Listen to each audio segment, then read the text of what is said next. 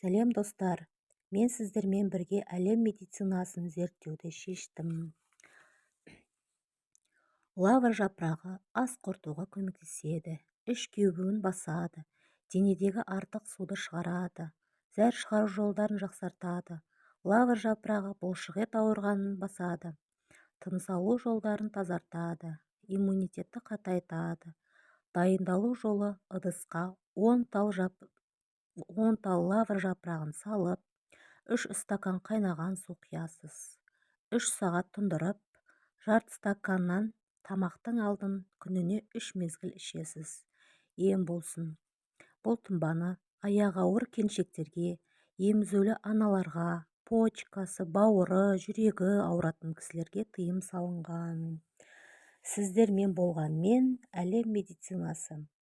Әлі талай ел естімеген ақпараттар болады. Маған тіркеліп, лайк басып, пікір қалдырып кетіңіздер. Рахмет.